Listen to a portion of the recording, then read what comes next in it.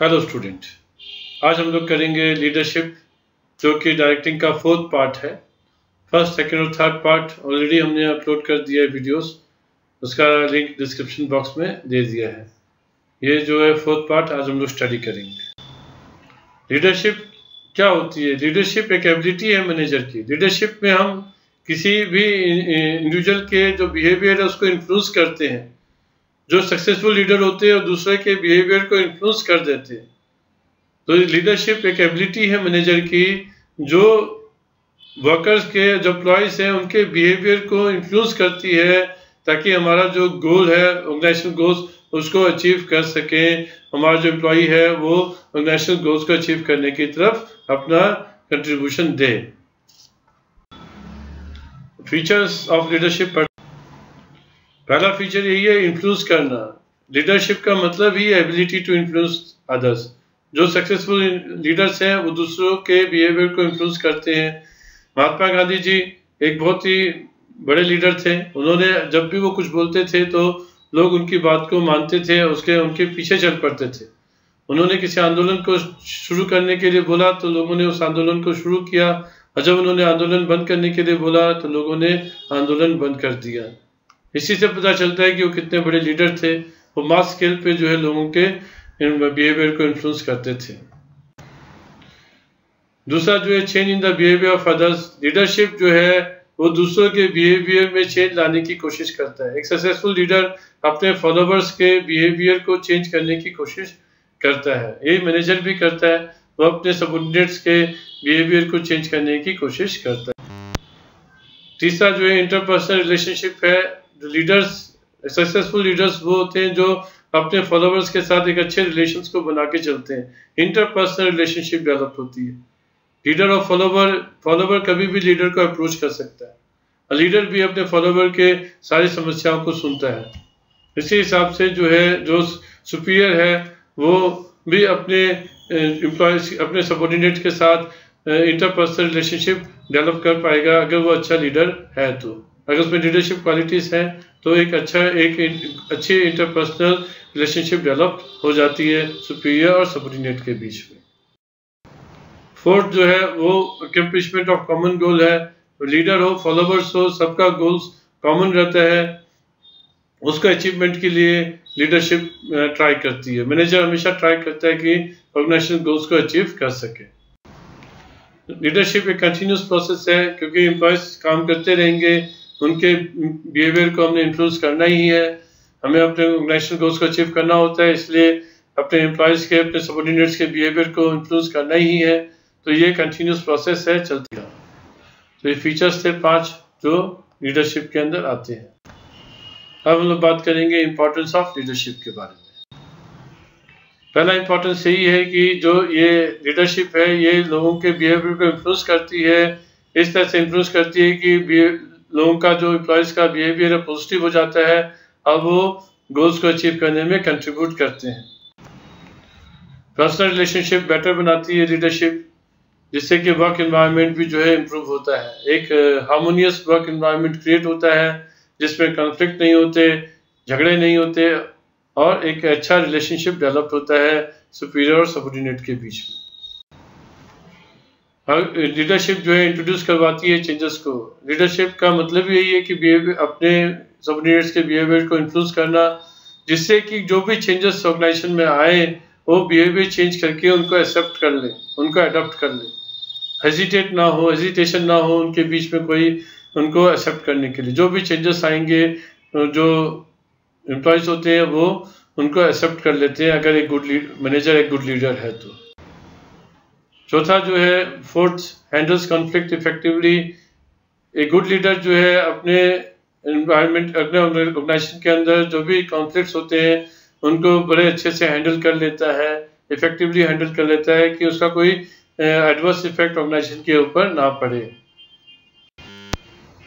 Leadership जो है training provide कराता है सबऑर्डिनेट्स को। एक गुड लीडर जो होता है वो कोशिश करता है कि जो उसके सबऑर्डिनेट्स हैं वो सक्सेसफुल बने, वो उसके सक्सेसर बने, वो उनको ट्रेन करता है। जो काम एक मैनेजर को आता है वो अपने सबऑर्डिनेट को भी उसी काम में ट्रेन करता है, जिससे कि सबऑर्डिनेट एक अच्छे उसका सक्सेसर बनने के काबिल हो जाए। तो ये इंपॉर्टेंस थे लीडरशिप के 5 इंपॉर्टेंस जो हमने किए अभी। क्वालिटीज ऑफ गुड लीडर की बात करेंगे अभी आगे। क्वालिटीज जो होनी चाहिए कि पहले क्वालिटी फिजिकल फीचर्स होते हैं कि उसकी गुड पर्सनालिटी होनी चाहिए, उसका हाइट वेट अपीयरेंस भी देखा जाता है लीडर का, उसकी पर्सनालिटी कैसी है, ये सबसे पहली चीज आती है। जो सबसे पहले अट्रैक्ट करता है फॉलोवर को वो लीडर की पर्सनालिटी है। दूसरा नॉलेज है, अगर लीडर कॉम्पिटेंट है, उसको पूरी नॉलेज है वर्क के बारे में, तभी वो अपने फॉलोवर्स को गाइड कर पाएगा। अगर उसको नॉलेज ही नहीं है तो वो गाइड नहीं कर सकता है। इंटीग्रिटी होनी चाहिए, मतलब लीडर जो है ऑनेस्ट होना चाहिए, उसके अंदर एथिक्स होने चाहिए जिससे कि वो दूसरों का रोल मॉडल बन सके, तभी जो है उसके सबऑर्डिनेट्स उसके फॉलोवर्स उसको फॉलो करेंगे। इनिशिएटिव, गुड लीडर में हमेशा इनिशिएटिव और क्रिएटिविटी रहती है। वो हमेशा कोशिश करता है कुछ नया करने की। जब भी कोई अपॉर्चुनिटीज मिलती है जिससे कि ऑर्गेनाइजेशन को बेनिफिट हो सके, वो इनिशिएटिव वो लेता है। फिफ्थ जो है कम्युनिकेशन स्किल है, क्योंकि जब लीडर और फॉलोवर्स के बीच में कम्युनिकेशन होना बहुत ज़रूरी है। लीडर अपनी बात जो है पहुंचाएगा फॉलोवर्स तक, फॉलोवर्स उस बात को सुनेंगे। अगर कम्युनिकेशन स्किल अच्छी नहीं है लीडर में तो वो अपनी बात को नहीं पहुंचा सकता है। तो कम्युनिकेशन स्किल बहुत इंपॉर्टेंस आती है, क्योंकि अपनी बात को क्लियरली पहुंचाना है, प्रिसाइसली पहुंचाना है, इफेक्टिवली पहुंचाना है। और उसके अंदर एक और क्वालिटी होनी चाहिए कि वो एक गुड लिसनर भी होना चाहिए। जो उसके फॉलोवर कहना चाह रहे हैं वो उसको लिसन भी करे, सुने भी ध्यान से। 6 जो है मोटिवेशन स्किल है। लीडर को अपने सबऑर्डिनेट्स को हमेशा मोटिवेट करते रहना पड़ता है ताकि वो एक ही टीम में मिलकर काम कर सके। फिर जो है 7th सेल्फ कॉन्फिडेंस। लीडर में सेल्फ कॉन्फिडेंस होना बहुत जरूरी है। अगर उसी में सेल्फ कॉन्फिडेंस नहीं होगा, उसके फॉलोवर्स में भी सेल्फ कॉन्फिडेंस नहीं होगा। सेल्फ कॉन्फिडेंस की वजह से कभी कभी बहुत सारी डिफिकल्ट सिचुएशन से भी आदमी निकल जाता है। अगर लीडर में सेल्फ कॉन्फिडेंस है तो पूरी टीम को जो है उस मुसीबत से भी निकाल के ले जा सकता है। फिर डिसीजन डेप्थ होने चाहिए, उसकी जजमेंट क्वालिटी देखी जाती है, वो स्ट्रॉन्ग डिसीजन मेकिंग पावर है कि नहीं। उसको अपने ओपिनियंस को फ्रीक्वेंटली चेंज नहीं करना है, एक बार डिसीजन ले लिया उस पर उसको रहना है। सोशल स्किल्स आनी चाहिए, उसको लोगों को समझने की स्किल होनी चाहिए, लोगों के साथ कैसे अच्छे रिलेशंस बनाने हैं, ये स्किल उसके अंदर होनी चाहिए, तभी वो एक अच्छा लीडर बन सकता है। तो ये कुछ क्वालिटीज थी जो एक गुड लीडर्स में होनी चाहिए। अब लीडरशिप स्टाइल के बारे में पढ़ेंगे। लीडरशिप स्टाइल्स में सबसे पहले आता है ऑटोक्रेटिक लीडर, जिसे हम हिटलर के नाम से जानते हैं। वो हिटलर जो था वो ऑटोक्रेटिक लीडर था, किसी की सुनता ही नहीं था, वो जो बोल दिया उसी का वर्ड फाइनल है। डेमोक्रेटिक लीडर होता है जो सबको साथ में लेके चलता है, जैसे हमने नेल्सन मंडेला की बात कर सकते हैं, वो सबको साथ में लेके चलते थे। फिर तीसरा जो लीडरशिप स्टाइल है लेजर फेयर, इसमें लीडर जो है सबको फ्री छोड़ देता है, सब अपनी मर्जी से काम करते हैं। रोनाल्ड रीगन की बात करें तो उनके टाइम पे ये अपनाया गया था। आइए अब ऑटोक्रेटिक लीडरशिप के बारे में पढ़ें। ऑटोक्रेटिक लीडर का मतलब है कि केवल अपनी बात कहना, वो दूसरों की बात नहीं सुनता है। वो जो ऑर्डर्स देता है वो एक्सपेक्ट करता है कि उसके सबऑर्डिनेट आंख बंद करके वो ऑर्डर्स फॉलो करेंगे। वो ना इफ बट कुछ नहीं करेंगे, कुछ बदले में कुछ नहीं कहेंगे। जो ऑर्डर उसने बोल दिया वही बात को फॉलो करेंगे उसके सबऑर्डिनेट्स। डेमोक्रेटिक लीडर जो है सबको साथ में लेके चलता है, सबके साथ कंसल्ट करता है, फिर वो डिसीजन लेता है।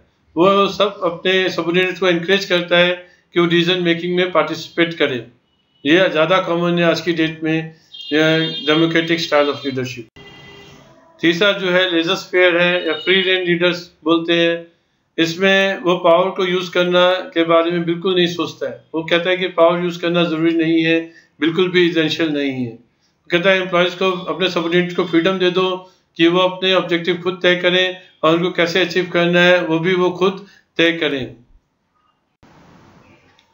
लीडरशिप स्टाइल डिपेंड, मतलब कैसे जो है वो एक्सरसाइज करेंगे, कैसे वो जो डिसीजन मेकिंग प्रोसेस में कैसे इन्वॉल्व करेंगे, उसके बेसिस पे लीडरशिप स्टाइल डेवलप होती है ऑटोक्रेटिक, लेजर फेयर और डेमोक्रेटिक। और अच्छे काम के लिए इन तीनों का जो है कॉम्बिनेशन बहुत ज़रूरी है एक अच्छे वर्क एनवायरनमेंट के लिए। काम करते करते बहुत बार जो है लीडर, डेमोक्रेटिक लीडर को भी अपने डिसीजंस लेने पड़ते हैं बिना कंसल्टेशन के, इमरजेंसी सिचुएशंस में भी। Thank you students watching my video. अगर आपको पसंद आए तो इसको सब्सक्राइब करें और इसको शेयर करें।